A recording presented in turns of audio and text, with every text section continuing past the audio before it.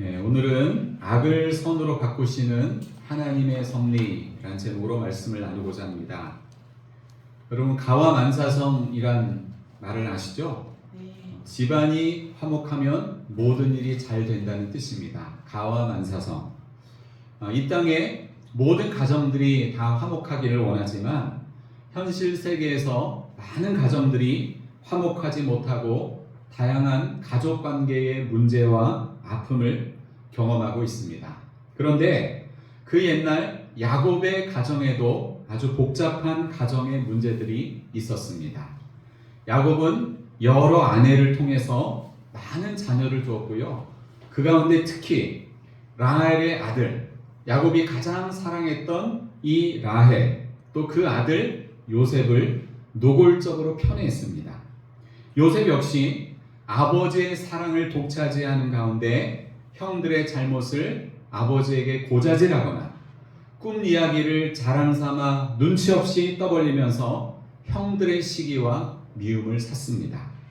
결국 요셉을 향한 형들의 시기와 미움이 폭발함으로 요셉은 애굽의 종으로 팔려나가는 비극적 운명에 처하게 되었습니다. 그런 관점에서 본다면 요셉에게 일어난 이 비극은 아버지 야곱의 편애로부터 시작되었다고도 볼 수 있습니다. 하지만 우리는 이 요셉 이야기를 통해서 비록 복잡하고 화목하지 않은 가정사였지만 결국은 하나님께서 모든 밑그림을 그리시고 모든 일을 하나님의 선하신 뜻대로 이끌어 가시는 하나님의 섭리를 볼 수 있습니다. 오늘 본문은 하나님의 섭리를 깨달은 자에게 어떤 결과가 나타나는지를 보여주는데 여러분과 함께 그 내용을 살펴보고자 합니다. 먼저 하나님의 섭리를 깨달은 자는 모든 상황을 하나님의 관점으로 보고 해석하게 됩니다. 여러분, 오늘 본문이 어떤 내용이죠? 요셉이 22년 만에 형제들과 재회하게 되는데 그동안 자신의 정체를 숨기고 있다가 자기의 감정을 억제하지 못하고 아주 대성통곡하면서 형제들 앞에서 자기의 정체를 솔직히 밝히는 장면입니다. 그런데 요셉은 자기 정체를 밝히기 전까지 형들을 몇 가지로 시험을 했습니다. 테스트를 했어요. 1차 방문 때에는 기근으로 양식을 구하러 온 형들을 정탐꾼으로만 몰아세웠고요. 결백을 주장하는 그 형들에게 막내 아들 베냐민을 데려와서 너희의 결백을 증명하라 이렇게 했고, 또 시므온을 볼모로 잡아두기도 했습니다. 형들이 두 번째 방문했을 때에는 요셉의 요구대로 베냐민을 애굽으로 보냈는데 형제들을 위해서 성대한 잔치를 베풀고 특별히 베냐민에게만 다른 형제들보다 음식을 5배나 많이 주면서 형들의 질투심을 테스트했습니다. 다음날 요셉은 형들을 보내면서 일부러 곡식 자루에다 돈과 은잔을 숨겨 놓아서 그 형들을 은잔 도둑으로 몰아세웠습니다. 요셉이 이런 식으로 형들을 시험한 이유는 자신을 팔았던 형들이 여전히 이기적이고 잔인한 사람들인지 아니면 그동안에 회개하고 변화되었는지를 확인하고 싶었기 때문입니다. 그런데 요셉이 형들을 시험해 보니 지금 형들의 모습은 가족을 위해 희생하려는 진정한 변화의 모습이 있음을 확인하게 되었습니다. 몇 차례 형들을 만나며 감정을 억눌러 왔던 요셉은 더 이상 그 눌러왔던 감정을 참지 못하고 자신이 22년 전 형들이 노예로 팔았던 그 요셉 동생임을 고백하게 됩니다. 그런데 여기서 요셉은 형들에게 놀라운 고백을 하게 됩니다. 자, 5절의 말씀 같이 읽어볼까요? 하나님이 생명을 구원하시려고 나를 당신들보다 먼저 보내셨나이다. 자, 말씀을 잘 보세요. 그 다음에 7절도 같이 읽겠습니다. 공통점을 여러분이 찾아보세요. 하나님이 큰 구원으로 당신들의 생명을 보존하고 당신들의 후손을 세상에 두시려고 나를 당신들보다 먼저 보내셨나니. 8절입니다. 그런즉 나를 이리로 보내니는 당신들이 아니요 하나님이시라. 아멘. 여러분, 지금 요셉이 형들에게 반복해서 강조하는 내용의 핵심이 뭐죠? 형들이 아니라 하나님이 나를 애굽에 보내셨다. 하나님 하면서 하나님이 주어가 되고 있습니다. 요셉은 지금까지 자신에게 되어진 일들을 억울한 피해자의 관점이 아닌 하나님의 섭리의 관점으로 바라보고 해석하고 있습니다. 한번 저를 따라해 보겠습니다. 인생은 상황이 아니라 해석이다. 인생은 상황이 아니라 해석입니다. 내 인생, 이런 상황, 이게 뭐야? 이게 아니라 내 인생이 어떤 상황에 처하든지 그것을 향한 하나님의 놀라운 계획과 섭리가 있기에 그것을 하나님의 눈으로, 하나님의 관점으로 바라보고 해석하는 것. 인생은 상황이 아니라 해석입니다. 그렇습니다. 예수님을 믿는 우리에게 별의별 일들이 다 생길 수 있지만 어떤 상황에서도 우리가 기억해야 할 것은 나를 향하신 하나님의 주권적 섭리가 분명히 있다는 사실입니다. 19세기 영국의 설교 황태자였던 찰스 스펄전 목사님이 어느 날 경건하기로 소문난 한 시각장애인 성도의 제과점을 방문했습니다. 가게 한쪽 벽에는 그럼에도 불구하고 라고 하는 글자가 크게 적혀 있었습니다. 스펄전 목사님이 그 문구를 바라보면서 성도님에게 물어봤습니다. 왜 저런 문구를 저렇게 크게 이 가게에다 적어놨습니까? 그러자 이 시각장애인 성도님은 이렇게 대답을 했습니다. 목사님, 저는 앞이 보이지 않는 막막한 상황에 처할 때가 많습니다. 밀가루 값이 폭등하기도 하고요. 가게 문을 닫아야 할 상황이 찾아오기도 합니다. 그럴 때마다 사탄은 제 귀에 하나님이 너를 사랑하신다면 어떻게 이런 상황을 주시겠느냐며 원망의 마음을 불어넣습니다. 그때마다 저는 벽에 적힌 글자를 봅니다. 상황은 이렇다. 그럼에도 불구하고 하나님은 선하시며 나를 향한 그분의 뜻은 완벽하다. 저는 상황에 이끌려 원망하지 않고 하나님의 선하신 섭리를 바라보기 위해 이 글자를 적어 두었습니다.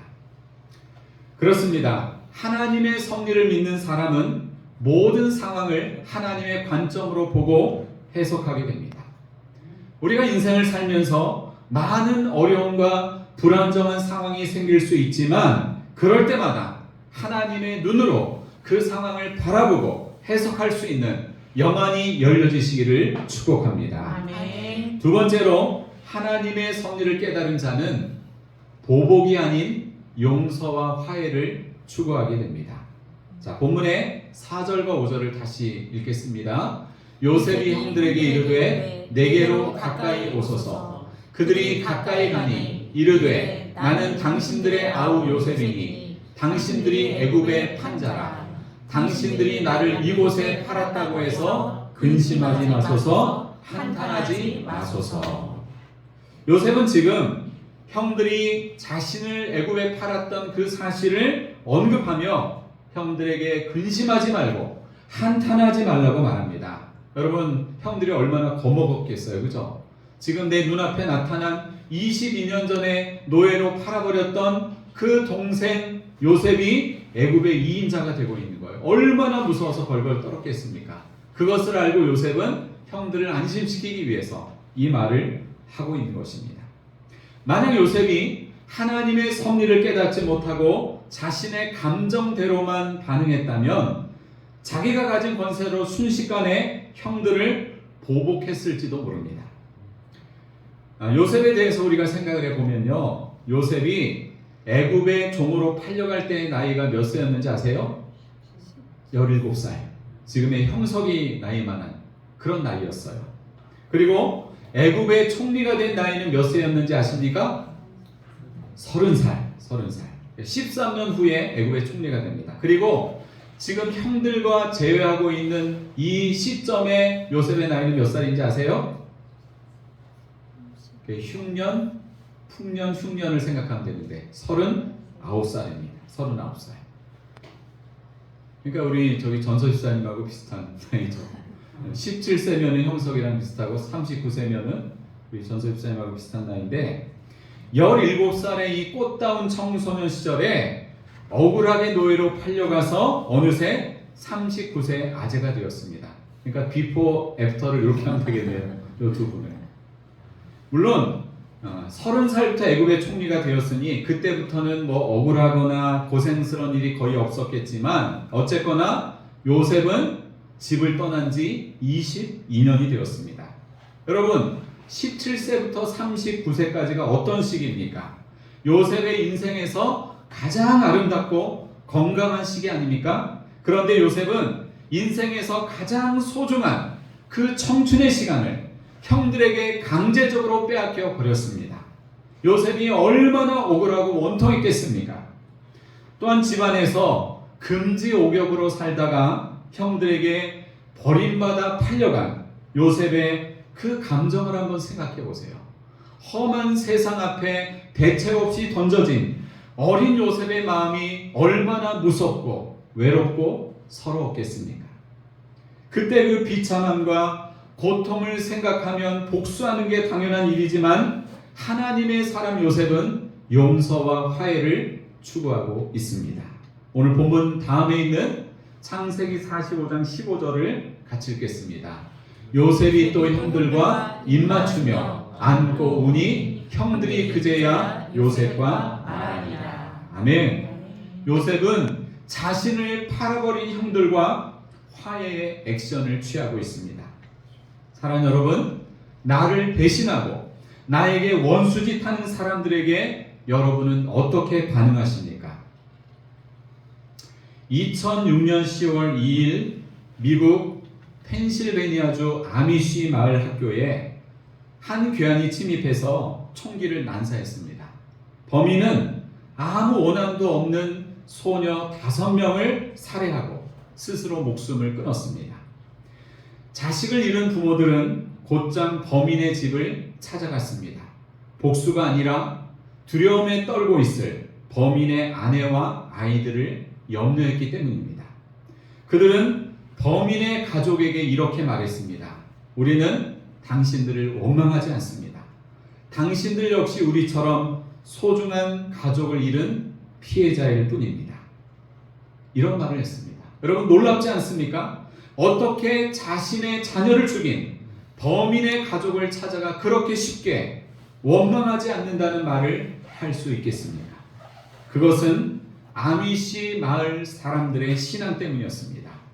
아미시 마을 사람들은 저 눈앞에 여러분 보고 계시죠? 저 사람들은 성경에 충실한 엄격한 공동체의 삶을 살아가는 기독교 신자들인데 총기 사고 후에 아미시 마을 이 공동체는 범인을 증오하는 대신에 공식적인 성명을 발표했습니다. 성경의 가르침에 따라 범인을 용서한다. 이 사건은 현대 사회에서 용서와 화해의 진정한 의미를 되새기게 한 역사적인 사례로 남아 있습니다. 이처럼 하나님의 섭리를 믿는 자는 보복이 아닌 용서와 화해를 추구하게 됩니다. 하나님의 섭리를 믿었던 스데반은 돌에 맞아 죽으면서도 그를 돌로 친 원수들을 용서했고요. 예수님도 바울도 자신을 배신한 사람들을 용서했습니다. 여러분 모두 하나님의 섭리 가운데 나에게 원수짓하는 사람이라 할지라도 보복이 아닌 용서와 화해를 추구하는 진정한 하나님 나라 백성들이 되시기를 주님의 이름으로 축복합니다. 아멘. 마지막으로 하나님의 섭리를 깨달은 자는 하나님의 구원의 도구가 됩니다. 자, 오늘 본문 5절의 뒷부분을 같이 읽어보겠습니다. 하나님이 생명을 구원하시려고 나를 당신들보다 먼저 보내셨나이다. 또 7절이요. 하나님이 큰 구원으로 당신들의 생명을 보존하고 당신들의 후손을 세상에 두시려고 나를 당신들보다 먼저 보내셨나니. 아멘. 요셉의 이 고백은 하나님께서 극심한 기근의 때에 야곱의 가족을 굶주림의 위기에서 살리실 뿐만 아니라 애굽에서 한 민족을 이루게 하시려고 자신을 먼저 애굽에 보내셨다는 것입니다. 여러분, 나중에 이 야곱의 가문에 어떤 일이 일어났습니까? 야곱의 가족은 애굽으로 이주해 왔습니다. 그리고 430년의 그 긴 시간이 흐르는 동안에 70명이었던 야곱의 가족은 수백만 명의 이스라엘 민족이 되어서 다시 약속의 땅 가나안으로 들어가게 됩니다. 이러한 이스라엘의 12지파 중에서 유다 지파의 후손으로 온 인류를 구원할 메시아 예수 그리스도가 탄생하게 되었습니다. 이처럼 요셉은 아브라함으로부터 시작된 하나님의 구원의 언약을 계승하도록 믿음의 가문을 보존하고 인큐베이팅하는 구원의 도구가 되었습니다. 많은 사람들이 애굽의 종이었다가 애굽의 2인자 총리가 된 요셉 이야기를 개인의 성공 신화처럼 생각하는데 여러분, 그렇지 않습니다. 이것은 개인의 성공담을 말하는 게 아니에요. 요셉 이야기는 온 인류를 구원하시려는 하나님의 계획이 어떻게 요셉이라고 하는 이 사람을 통해서 이루어져 가는지를 보여주는 하나님의 섭리 이야기입니다. 아멘. 그런데 하나님의 이 섭리는 요셉에게만 있는 것이 아니라 오늘날 하나님을 믿고 섬기는 저와 여러분에게도 이루어지고 있음을 믿으시기 바랍니다. 아멘. 지금 여러분은 인생을 살아가면서 어떤 고난과 역경에 시달리고 있습니까? 하나님을 신뢰하지만 감당할 수 없는 일들로 인해서 때때로 원망하며 불평하고 있지는 않습니까? 지금은 다 알 수 없지만 시련의 조각들이 한 조각 한 조각 합쳐져서 언젠가 하나님의 섭리의 퍼즐 조각이 아름답게 완성될 그날이 여러분에게 올 것입니다. 아멘. 맥스 루케이도는 하나님은 우리의 실수로도 걸작을 만드신다고 했습니다.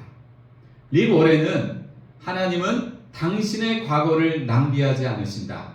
그것을 당신의 사명으로 바꾸신다고 했습니다.